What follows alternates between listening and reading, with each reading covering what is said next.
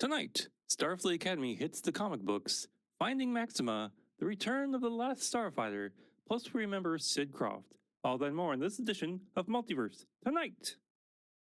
Welcome to Multiverse Tonight, your source for geek news. We dissect films, games, comics, and much more, bringing you insightful commentary on pop culture. This is Multiverse Tonight. Now, here's your host, Thomas Town.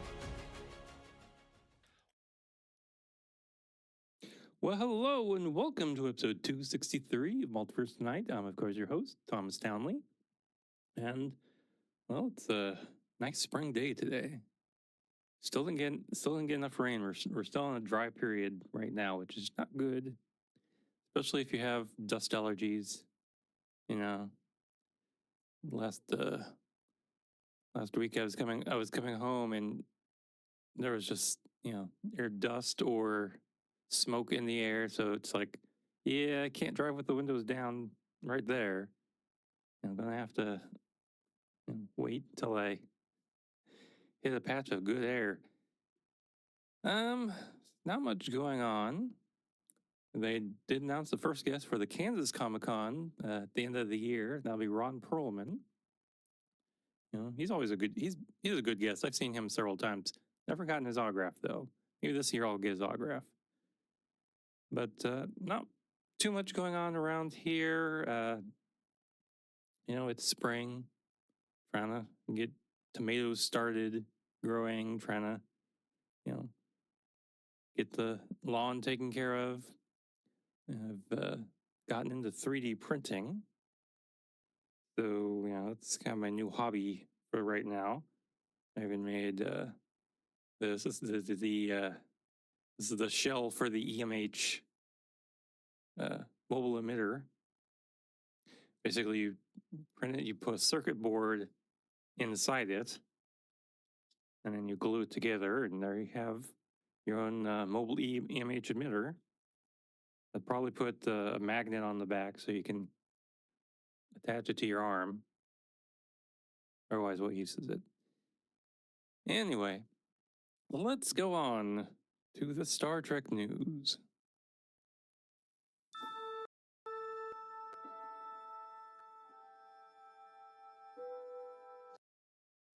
And Star Trek news begins with Paramount Pictures, or Paramount Plus, which will not be moving forward on the third season of Star Trek Starfleet Academy. But, however, the tie-in chi is strong.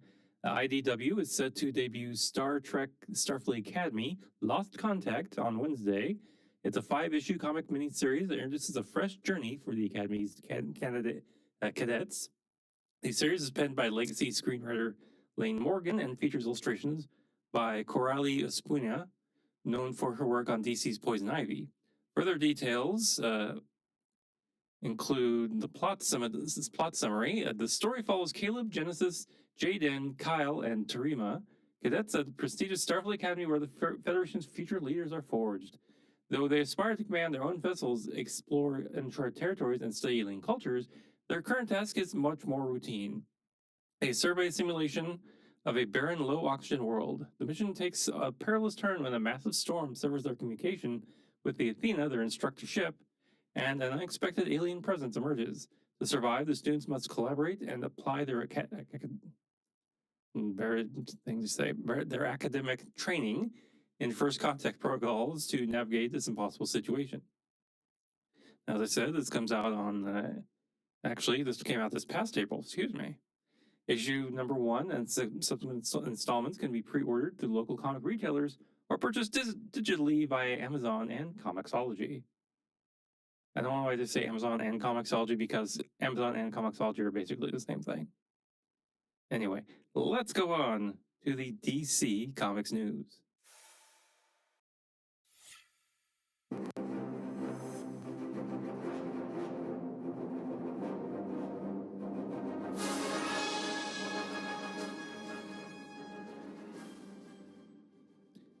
Well, this one's kind of a combined DC and Marvel news. With the initial release of DC's Superman Spider-Man #1 selling out quickly at the local retailers, interest in the landmark crossover event remains incredibly high. So DC is preparing a second printing of the issue which is scheduled to hit comic book stores on May 27th. The upcoming second printing will showcase a fresh primary cover illustrated by Dan Mora. Additionally, fans can look to open to order variant covers from acclaimed artists including Yasmin Pucci, George Jimenez, and a foil edition by Gabriel Del Otto. Superman Spider-Man #1, main cover by Dan Mora and open to order variant. Will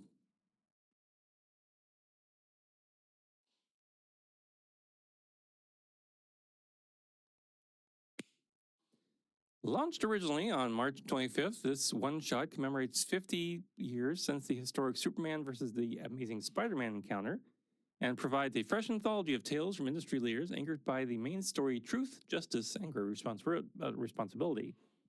Written by Mark Waid, with illustrations by George Menez, the narrative follows Clark Kent and Peter Parker as they confront a massive conspiracy involving Dr. Octopus and Brainiac that threatens the entire universe. The issue is further enriched by an impressive collection of secondary stories featuring contributions from Jeff Lemire, Rafa Sandoval, Greg Rucka, Nicola Scott, Christopher Priest, Daniel Sampere, Gail Simone, Belen Ortega, Sean Murphy, Matt Friction, Steve Leiber, Tom King, and Jim Lee. This extensive roster of talent establishes Superman Spider-Man #1 as one of the most significant collaborative events of the year. DC Studios has cast Adria Arjona as Maxima for the upcoming 2027 Superman sequel, Man of Tomorrow. Arjona, widely recognized for her role as Bix Callan in Andor, emerged as a choice from a short list of 4 actors compiled by DC Studios co-CEO James Gunn. According to Variety, she competed for the part against Eva D'Amici, Sidney Chandler, and Grace Van Patten. The character Maxima first appeared in 1989 within the pages of Action Comics number 645 as an exceptionally powerful alien warrior queen hailing from the planet Almerac. She travels to Earth in search of Superman. In her culture, the ruling lineage seeks out the most formidable mates, often from different species, to strengthen their bloodlines. Maxima determines that Superman is a suitable match. Over time, she evolves into a heroic figure and joins the Justice League. Previous live-action portrayals of the character include Charlotte Sullivan in Smallville and Eve Torres Gracie in Supergirl. Regarding comic book releases, retailers can...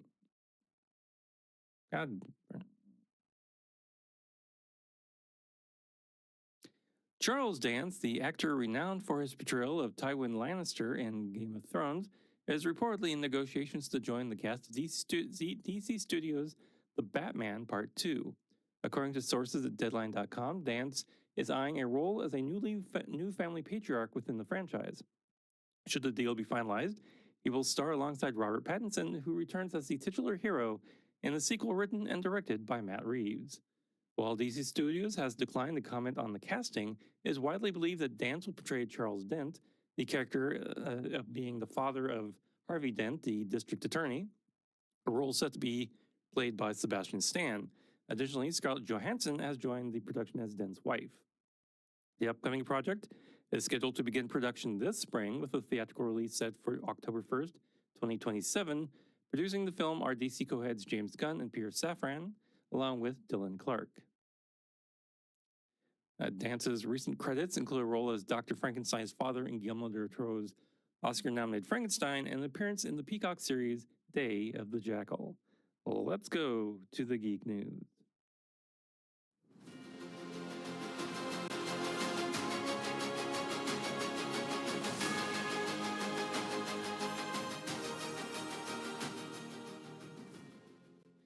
CBS has finalized its comedy pilot selections for the year, greenlighting the single-camera comedy Eternally Yours for the 2026-2027 broadcast season, while passing on The Tilbrooks, formerly known as Regency. With the series order for Eternally Yours, CBS has concluded its scripted series decisions for the upcoming slate. This announcement arrives just ahead of the network's 2026-2027 fall schedule reveal. While most primetime programming was renewed several weeks ago, the network recently canceled the new comedy DMV and the sophomore drama Watson. Additionally, the veteran sitcom The Neighborhood is entering its final season. Eternally Yours is created by executive producers and writers Joe Port and Joe Wiseman, the duo responsible for the American adaptation of Ghosts on CBS.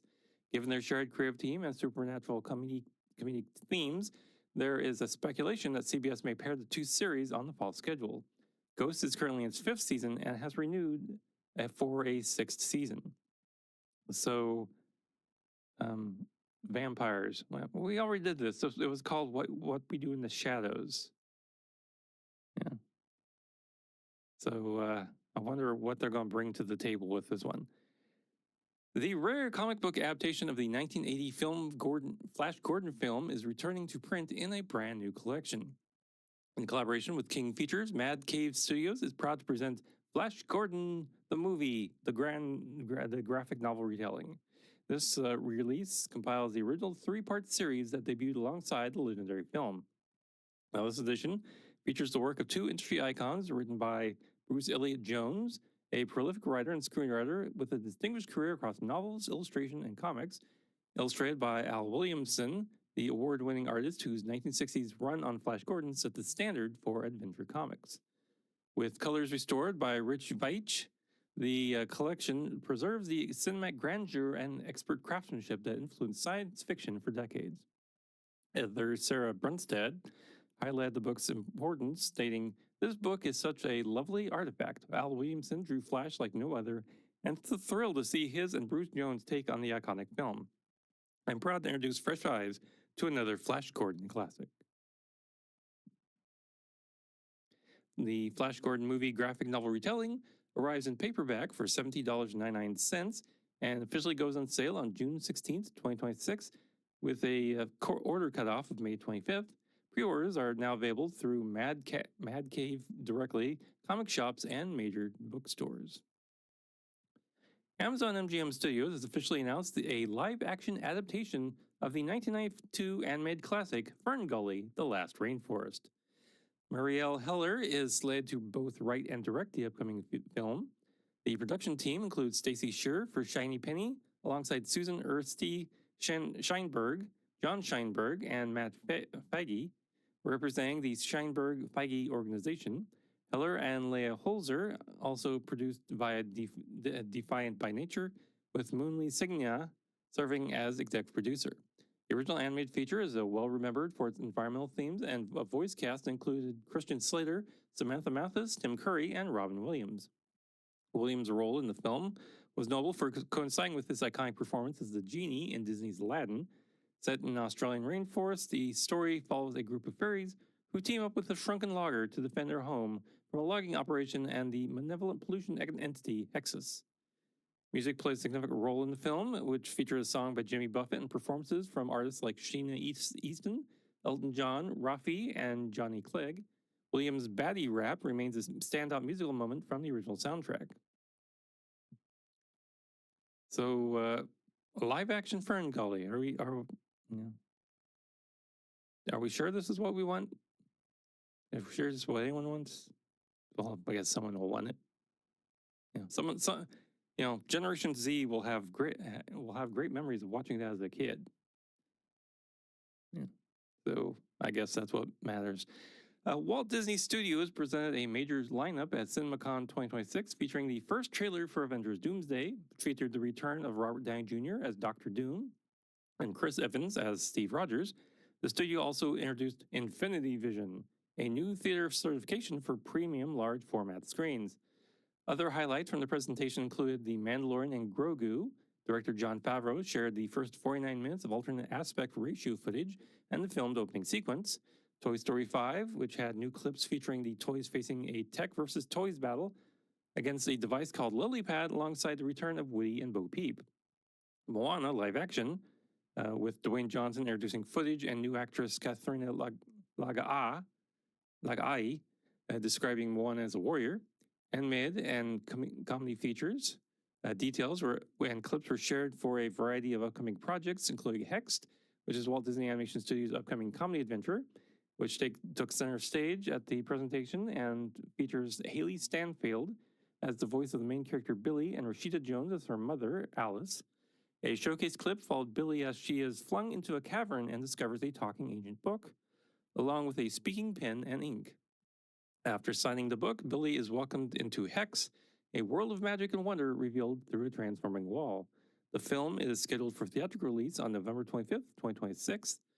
Also showcased was Ice Age Boiling Point. The film marks the series' return after a decade. Returning cast members include Ray Romano, Dennis Leary, and Queen Latifah. And the story introduces baby Scrat, and the footage revealed Scrat and the infant fighting over an acorn that eventually triggers a volcanic event, forcing them into a dinosaur-filled cavern. The film is scheduled for release on February 5th, 2027. Wasn't the last Ice Age film the last Ice Age film? As in, even Scrat got a happy ending at the end of it, finally got his acorn. So now we're just going to rip that away from Scrat. That's kind of sad. Paramount Pictures has officially greenlit a sequel to the 2022 blockbuster Top Gun Maverick. During a presentation at CinemaCon in Las Vegas, the studio announced that a screenplay is currently in progress. Tom Cruise anticipated to return as Pete Mitchell, with producer Jerry Bruckheimer also confirmed for the project. The original film stands as the most successful of Cruise's career, earning $1.49 billion at the global box office. Under the direction of Joseph Kosinski, Top Gun Maverick received 6 Academy Award nominations, including Best Picture, and secured a win for Best Sound. So, more Tom Cruise and a fighter jet. I wonder if they're doing these like the Mission Impossible films, where they come up with like the stunts and then write around it. So are they just coming up with, with the visuals first, and then they're going to write, a story about how, Top Gun, about Maverick losing his mojo again or something? Still haven't watched Top Gun Maverick. I don't know. More than 40 years later, Mad Cave Studios brings The Last Starfighter back with a long-awaited continuation of the classic film. The 1984 sci-fi adventure film, directed by Nick Castle and written by Jonathan Butel, expanded the boundaries of visual effects and became a defining touchstone for a generation raised on arcades and imagination. Jonathan Butel shared his excitement about returning to the world of The Last Starfighters, saying, quote, "Chronicling and expanding the heart-over-hardware adventure of a trailer park hayseed as he saves the whales, the universe, and those he loves with Mad Cave's talented team has been a blast," unquote. In collaboration with Butel and producer Paul Davidson, writers Benjamin Rabe and Derek A. Hughes joined forces with artist Will Roberts and colorist Francesca Segala and Ashcan award-winning letterer Rob Jones, with covers for issue number 1 by Torrin Clark, David LaFuente, and Stephanie Hans, for a thrilling and heartfelt journey through a newly expanded universe. The synopsis is as follows. Small-town teenager Alex Rogan has already saved multiple worlds, but that was only the beginning of his story. 40 years after the cult classic movie that pioneered CGI and inspired generations of fans, an all-new story picks up from the end credits and takes off for the stars. Now the leader and sole member of the Star League, Alex must rebuild the galaxy's only defense force against Xur and the Kodan Armada. Introducing a new cast of starfighters, alongside fan-favorite faces and new killers and cutthroats in the shadowy employ of the Kodan. The Last Starfighter number 1 launches a sci-fi legacy to new heights. The Last Starfighter number 1 hits comic shops on July 1st, 2026, launching an all-new chapter that expands the universe, introduces a new class of starfighters, and resets the stakes for the galaxy ahead. Always liked The Last Starfighter. That was a fun movie, especially when I was a kid. That was a good movie. Yeah, true, the special effects really not aged well. It is what it is. But it's still a fun movie to go watch. Go watch it. Star Wars relic has sold for $1.34 million, cementing vintage toys as a blue chip asset. A 1979 Kenner rocket-firing Boba Fett prototype has shattered records in the alternate asset market, selling for $1,342,000 at a recent golden auction. The sale adds a new name to the list of irreplaceable cultural tokens that includes the 1933 Double Eagle coin and the Gutenberg Bible. Ken Golden, the auction house founder, proclaimed the unpainted plastic figure to be, quote, "the holy grail of not only Star Wars collectibles, but of all action toy collectibles as well, unquote. Now, the astronomical price reflects the figure's extreme scarcity and unique historical context. Originally planned for Kenner as a mailway promotion for The Empire Strikes Back, the rocket-firing feature was removed in 1979 over safety concerns regarding a choking hazard posed by a competitor's similar project. Consequently, most pre-production units were destroyed before reaching stores, leaving only about 100 prototypes or first shots thought to exist in various states of completion.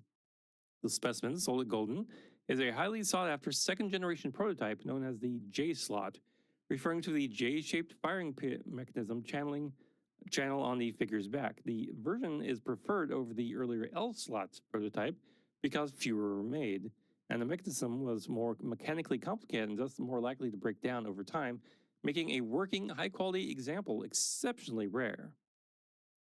Now, the seven-figure deal was made possible in part by the maturation of the vintage toy market, which now utilizes standardized third-party authentication and condition scoring by the Action Figure Authority.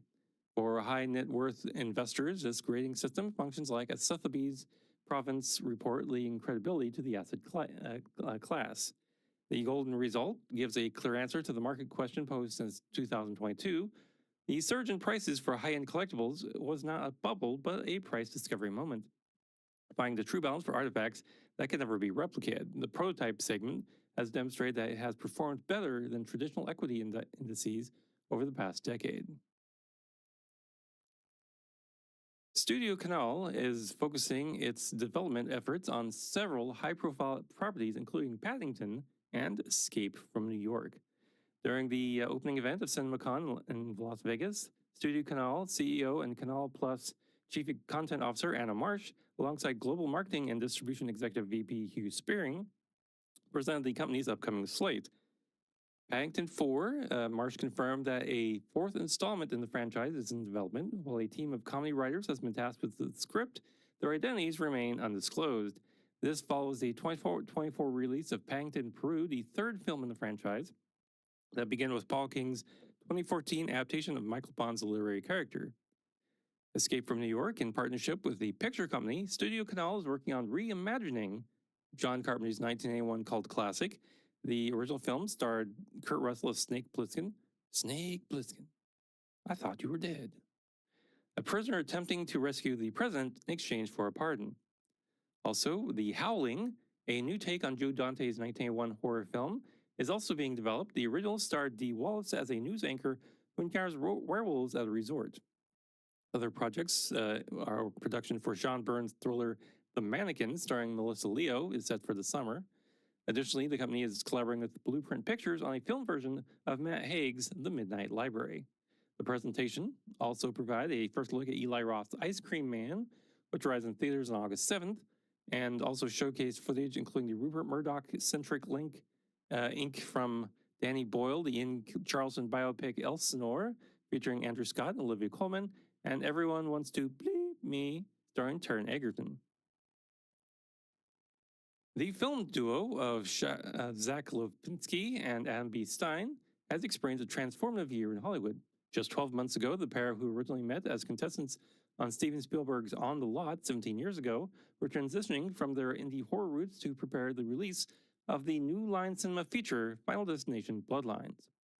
The project, provided to be a major turning point, released in May of 2025, the film earned $317 million globally against a $50 million budget, marking it as the franchise's most successful and best-reviewed entry. This success had made them some of the industry's most sought-after creators, leading Sony Pictures to secure them in an extensive first-look deal across all studio labels. Under their new production banner, Wonder Lab, Lipinski and Stein will develop commercial, character-driven genre projects. Their upcoming slates include several high-profile assignments, including Metal Gear Solid, the first live-action adaptation of Hideo Kojima's iconic video game for Columbia Pictures, produced by Avi and Aria Arad, a Venom animated feature, a new entry for Sony's Pictures Animation, The Earthling, directing and producing alongside Eric Heiser and Scott Glassgold.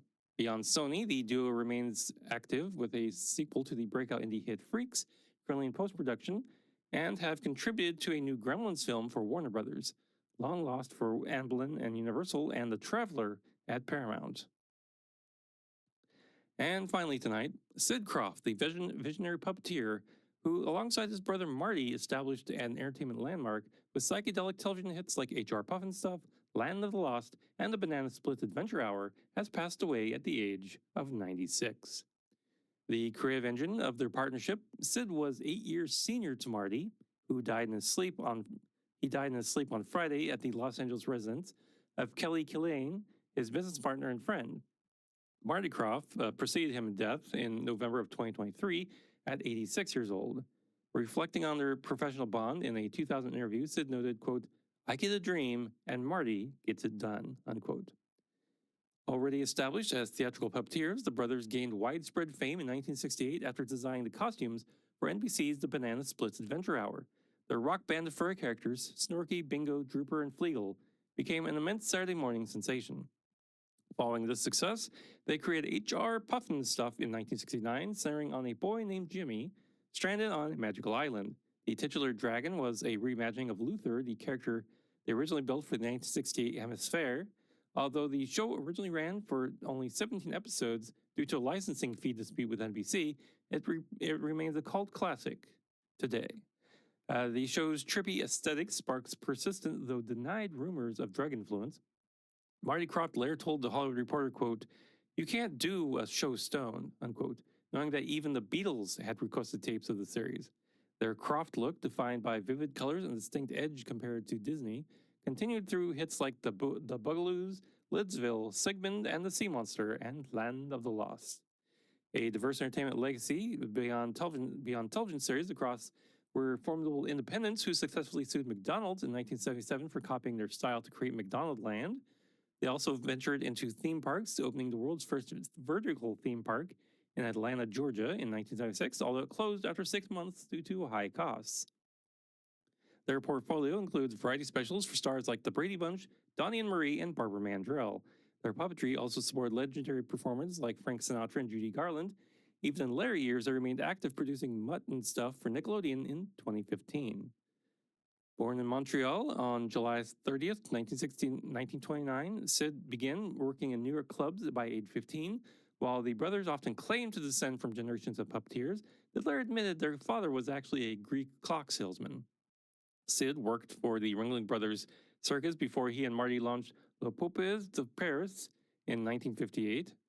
This adult-only puppet show became a global phenomenon, attracting millions of viewers and famous guests like Richard Nixon and Shirley MacLaine. And Sid is survived by his nieces, Kendra, Christina, and Deanna. Up until his passing, he hosted the Instagram live program Sundays with Sid with Kelly Killeen, and was finalizing 2 books about his life as a performer and a private individual. Killeen remembered him as an extraordinary man who taught her about the art of Hollywood and the magic of the stage, adding, quote, "I will miss his big blue eyes, his cheerful smile with his dimples, and the warmth that seemed to follow him everywhere he went," unquote. Sid Croft, H.R. Pufnstuf co-creator, dead at the age of 96. And finally, that brings us to the end of our show for today. Now, please be sure to check us out on social media. We're on Blue Sky at Multiverse Tom, Threads, Facebook, and Instagram at Multiverse Tonight. If you've gotten some value out of the show and would like to pay it back, please head on over to multiversetonight.com, where you can find our Patreon, our Ko-fi links, check out show notes, visit our TeePublic store. You can leave some feedback and so much more.